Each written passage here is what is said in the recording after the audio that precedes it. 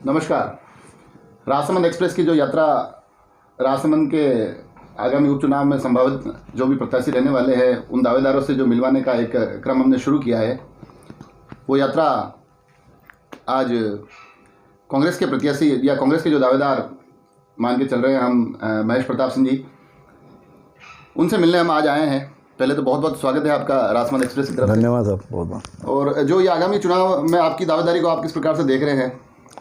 Sir ऐसा है कि सबसे पहला तो बहुत बहुत धन्यवाद आपका कि आपने इस काबिल समझा और मुझे दावेदार समझा।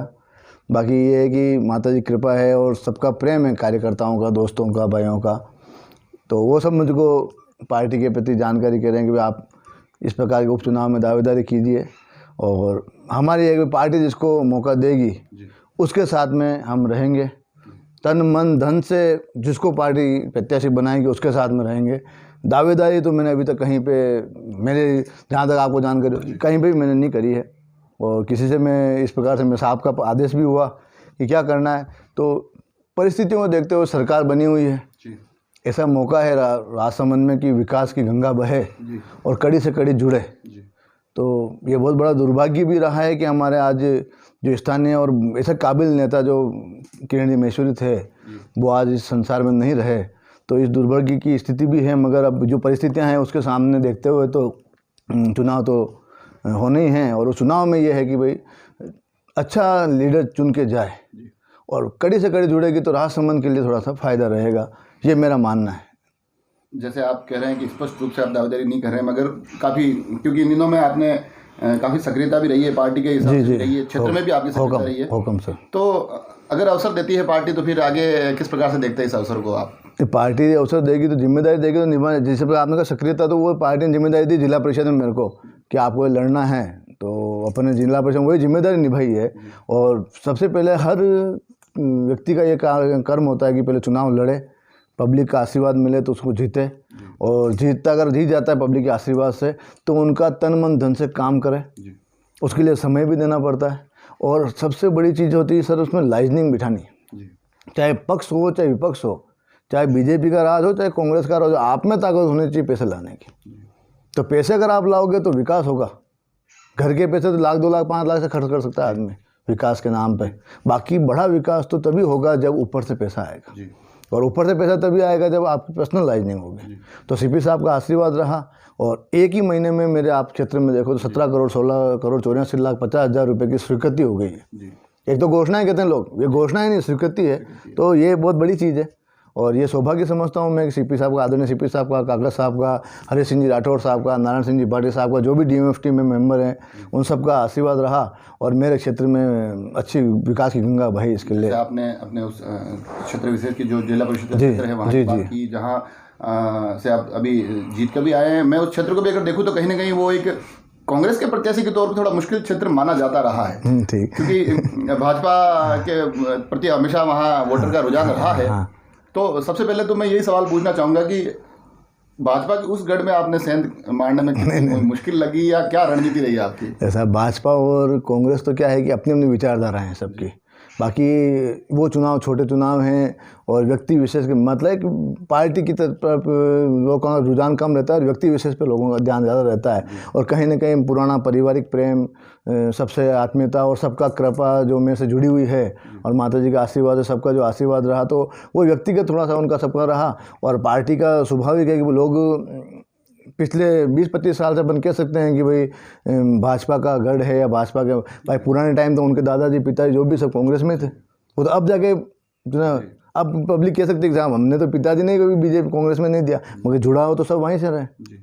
तो ये एक अलग अलग सोच है। बाकी सबका आशीर्वाद सबका रहा और व्यक्तिगत तौर पे ज़्यादा थोड़ा इस पर मेरा मानना ये है। हमने जिला परिषद के उस एक आपके क्षेत्र के चुनाव की बात कर रहे हैं, वहाँ से दो जो पहलू मैं कहीं ना कहीं देखता हूँ। एक पहलू तो ये निकल के आता है कि उस चुनाव को जीतने के बाद आपने कुछ समय तक धन्यवाद यात्रा की थी। आपने प्रयास किया था कि मैं हर उस वर्ग तक या हर उस व्यक्ति तक पहुंच सकूं जिसने मेरे साथ समर्थन दिया, जिसको इन चुनाव में जुड़ा रहा। तो हालांकि मैंने भी आपकी वो पूरी चुनावी धन्यवाद यात्रा मैंने देखी थी। मुझे खुद को भी अच्छा लगा कि एक प्रत्याशी जीत के जब जाता है तो इस प्रकार से धन्यवाद देता है। और उसके बाद फिर जिस प्रकार से इन दिनों जो काम हो रहे हैं आपके द्वारा, आपके माध्यम से, जिस प्रकार से आप जो भी ये इनके इन प्रकार जहाँ से भी कहे के या निवेदन करके जो आप काम वहाँ ला पा रहे हैं वो भी एक बड़े पैमाने पे हो रहा है। तो कहीं ना कहीं आपको लगता है कि ये आपकी सक्रियता भी आपकी पार्टी को या आप अगर व्यक्तिगत रूप से आपको अवसर मिलता है तो आपको एक बड़ा लाभ मिलेगा? हाँ, ऐसा है कि अपन काम करेंगे तो स्वाभाविक है कि कर्म करना प्रधान है और कर्म की ही पूछ होती है। तो मेरा सोचना ये है कि अगर काम करेंगे तो स्वाभाविक है कि जिस काम के लिए जो जिम्मेदारी दी है वो निभानी ज़रूरी है। और जो आपने धन्यवाद का कहा, तो धन्यवाद यात्रा का एक तो वो नाम था, वो धन्यवाद यात्रा के बहाने जाना और उनसे रूबरू बैठ के बात करना। चुनाव में क्या होता है कि दौड़ भाग होती है, उस समय अपन दिल से बात नहीं कर सकते कि आपकी तकलीफ क्या है। और वो धन्यवाद यात्रा के कारण हम गए, उन गांव में बैठे, चाय पी, गप्पे लगाए, घंटे घंटे 2-2 घंटे बैठे और धन्यवाद यात्रा को पूरा 1 महीने तक चलाया। एक गांव में दिल्ली का 1 या 2 गांव ही टच किए और बाकी चुनाव के समय अपन 5-5, 6-6 गाँव को टच करने पड़ते हैं। तो 52 गाँव है इस 8 पंचायतों में और हुक्म हमने एक ढाणी को वापस जाके टच किया, उनकी अंदरूनी तकलीफें लाए और बैठ के जब दर्द हुआ तब पता चला कि वाकई में कितनी पब्लिक परेशान है, कितना लोगों को काम बाकी हैं। और जहाँ पे आप विश्वास मानो कि आज तक रोडें नहीं बनी हैं, फर्स्ट प्रायोरिटी मैंने उनको दी जहाँ पे रोडें नहीं बनी है वो रोडें कंप्लीट हो रही है। तो ये मेरा सौभाग्य है, माता जी की कृपा है कि सीपी साहब ने आशीर्वाद दिया और जो भी लाइजनिंग बैठे और सबका कृपा रही और काम स्वीकृत हो गए। इस क्रम में जैसे आप जिला परिषद का चुनाव लड़े थे, उसके साथ पंचायत समिति चुनाव भी हुए थे, उन दोनों पंचायतों के जो परिणाम आए थे, जो दोनों ही चुनाव के परिणाम आए थे, वो कहीं ना कहीं कांग्रेस के इतने पक्ष में नहीं आ पाए थे। अगर राजसमंद पंचायत समिति की बात करें और जिला परिषद की बात करें। जी सही बात है। पर अभी जो नगर परिषद चुनाव हुए तो कहीं ना कहीं नगर परिषद में एक जो मिथक आ रहा था कि राजसमंद में भाजपा का एक बोर्ड बनता रहा है गत 20 सालों से, उसको इस बार कहीं ना कहीं तोड़ने का प्रयास हुआ है, उस गढ़ में एक सेंध लगी है। इन दोनों चुनावों के परिणामों को आप आगामी उपचुनाव के हिसाब से कैसे देखते हैं? नहीं, उपचुनाव के हिसाब से अगर देखते हैं सर, तो पिछले जो भी मैडम जो चुनाव जीते थे तो वो 25,000 समथिंग जीते थे। और अभी की आप अगर कैलकुलेशन देखें तो ग्रामीण क्षेत्रों में हमने जो पूरी एक रिपोर्ट निकाली है उस हिसाब से 5,827 वोट से अपन पूरी विधानसभा में माइनस रहे हैं। ठीक हो कम, और 3,000 वोट लमसम 2,500-3,000 वोट करीब यहाँ पे कांग्रेस नगर परिषद में प्लस में रही है वर्तमान में अभी चुनाव में। तो ग्रामीण और नगर की ये तो 2,500 वोट का अभी भी मैं एक अंतर मानता हूँ। एक चीज़ प्लस 25,000 वोट से आप ये मतलब इस चैनल के माध्यम से पहुंचाना चाहता हूं कि मैं इस चीज़ को स्वीकार करता हूं कि व्यक्तिगत मैडम के कम से कम 15 से 20,000 वोट थे जो इस चुनाव में 100% परिवर्तन होंगे और वो सरकार के साथ में जाएंगे। तो ये फ़र्क आने वाले समय में 100% ये व्यक्तिगत का फ़र्क हम सामने आएगा। तो जैसा आपने अब एक बड़ा विजन लेके चलते हैं, आपने ये भी बताया है कि भाजपा से इतर कहीं ना कहीं किरण महेश्वरी जी का भी उस जीत में बड़ा प्रभाव। बिल्कुल सब व्यक्तिगत उनका मतलब हम ये है कि वो हमने भी काफ़ी बार उनसे टच में थे जी। मतलब आज भी मैं मेरे भारतीय जनता पार्टी के भाइयों से बहनों से सबसे मैं टच में हूँ, कांग्रेस पार्टी के सबसे में तो हम पदाधिकारी हैं ही हैं, मैं उनसे भी मेरा प्रेम से पे। तो क्या कहूँ, पब्लिक का काम तो तभी होता है जब मिलके होता है। तो मैडम का हम पे भी आशीर्वाद था और हमसे भी डायरेक्ट वो कोई भी काम संबंधी पूछते थे तो हमसे जानकारी ले लेते थे वो। तो ये उनकी व्यक्तिगत प्रेम था, तो इस कारण से एक जुड़ाव सबका उनसे प्रत्यक्ष रूप से सबसे। इस कड़ी में जैसे हम बात करें अब, क्योंकि एक दुर्भाग्य का विषय है कि अब किरण जी हमारे बीच में नहीं है जी, सही बात। और इन चुनाव में आपको अगर अवसर मिलता है तो आपका क्या विजन रहने वाला है राजसमंद के अगर परिप्रेक्ष्य में कि अगर मेरे को अवसर मिलता है, मैं आगे कहीं जाता हूँ तो राजसमंद के लिए मेरी ये प्राथमिकता रहेगी पूरी विधानसभा क्षेत्र के लिए? सबसे पहली प्राथमिकता तो आज की स्थिति आपको सामने हर क्षेत्र आप सबसे मिले ही हैं और सबने वही कहा है कि मार्बल मंडी के बारे में समझो, पर्यावरण के समझो, द्वारकाधीश जी के धार्मिक नगरी के बारे में समझो, युवाओं के रोजगार के लिए कहा है। सबके वही चीज़ें और हमारे भी एक तरह से कहें जाए तो वही है। मगर सबसे पहली चीज़ ये कि बहुत बड़ा सौभाग्य मिल गया कि सरकार होने से जो घोषणाएं, उन घोषणाओं को व्यवस्थित लागू हो जाए और वो सारी की सारी अगर घोषणाएं यहाँ पे परफेक्ट हो जाती है और हर एक का वो पैसा आ जाता है व्यक्तिगत तरफ से। जो भी मेरे को विश्वास है, जो भी राजसमंद से कांग्रेस प्रत्याशी अगर जीत के जाता है और उसका व्यक्तिगत तौर पे सीपी साहब का आशीर्वाद रहेगा तो 1000% यहाँ पर सारे काम व्यवस्थित हो जाएंगे और जिस प्रकार से कड़ी से कड़ी जोड़ने का जो फ़ायदा होना चाहिए वो होगा।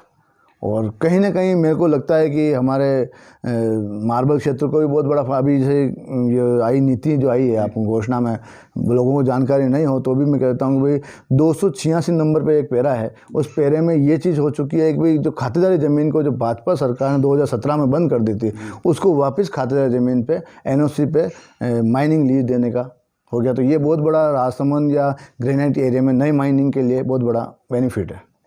जैसे हालांकि गत 4 चुनावों से लगातार यहाँ भाजपा जीत रही है, पर एक हर चुनाव के जब भी आपकी भी समीक्षा होती कि शायद आपको भी आता होगा, और हमारे सामने भी जब कहीं सोशल मीडिया या अखबारों के माध्यम से या आपसी चर्चाओं के माध्यम से एक पॉइंट निकल के आता था कि कांग्रेस एकजुट होकर चुनाव नहीं लड़ पा रही है।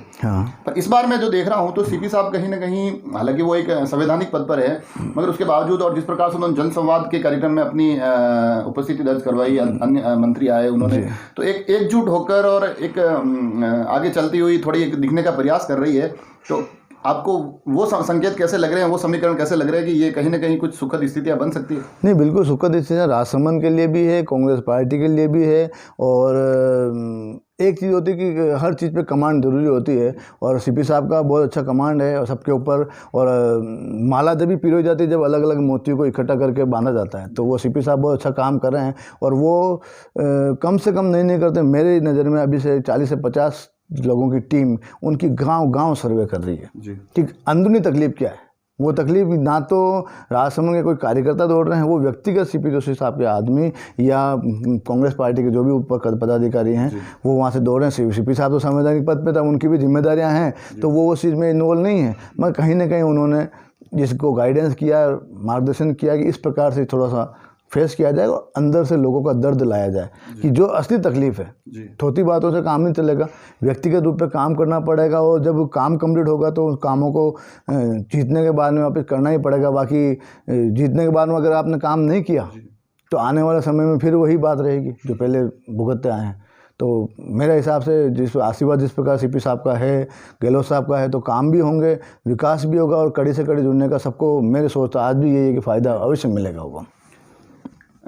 एक आखिरी सवाल मैं पूछूंगा, हालांकि विषय से थोड़ा सा अलग है कि कांग्रेस अब धीरे धीरे राजसमंद विधानसभा में एकजुट भी हो रही है, साथ चलने की एक स्थिति भी दिख रही है कि साथ चलती हुई दिख रही है। चुनाव है, टिकट एक को ही मिलना है, तो जिसको भी अवसर मिलता है नहीं मिलता है, उसके इतर मैं ये देखूं कि आने वाले समय में राजसमंद कांग्रेस में महेश प्रताप सिंह जी एक बड़ी भूमिका निभाने वाले हैं। नहीं, मातेश्वरी कृपा रही और सीपी साहब का आशीर्वाद रहा तो मतलब जो जिसको कैंडिडेट को टिकट मिलेगा उसको तन मन धन से, तो जिस क्षेत्र में मेरे को जिम्मेदारी देगी वो दी जाएगी, उस क्षेत्र में मैं उनको हर तरीके से जिता के लाऊंगा। और आगे जीतने के बाद जो भी कैंडिडेट जीतता है उसके साथ में लग के लोगों का काम करवाएंगे, ये मेरा वचन है। और हमारी इस यात्रा, इस मुहिम के माध्यम से राजसमंद की जनता से भी अगर आग्रह कोई अपील करना चाहे आप? बस मैं सबसे यही निवेदन करना चाहूँगा कि मातेश्वरी कृपा सब पे बनी रहे और सब पे आशीर्वाद रहे, सब सुखमय रहे, और भगवती से यही प्रार्थना करता हूँ और आप सबसे यही निवेदन करता हूँ कि राजसमंद की जनता इस बार कांग्रेस पार्टी को मौका देवें और बहुमत से इसको पूर्णतया से यहाँ से जिताएँ, अच्छे मतों से जिताएँ, ताकि कड़ी से कड़ी जुड़ सके और राजसमंद का विकास हो सके। यही मैं आप सबसे निवेदन करता हूँ। बहुत बहुत धन्यवाद। जय माता जी की। जैसा कि आपने देखा कि जिला परिषद के चुनाव में भाजपा के एक गढ़ में सेंध लगाने के बाद जिस प्रकार से महेश प्रताप सिंह जी लगातार सक्रिय हैं, और कहीं ना कहीं आपकी बातों से और आपके रुख से लग रहा है कि इस बार कांग्रेस भाजपा के इस विधानसभा के गढ़ में सेंध लगाने के लिए पूरी तरह तैयार है, पूरी तरह से डटी हुई है और अपनी पूरी ताकत झोंकने में लगी हुई है। इसी प्रकार हम अब अगले किसी एक नए दावेदार के साथ जल्द ही आपसे मिलेंगे। धन्यवाद।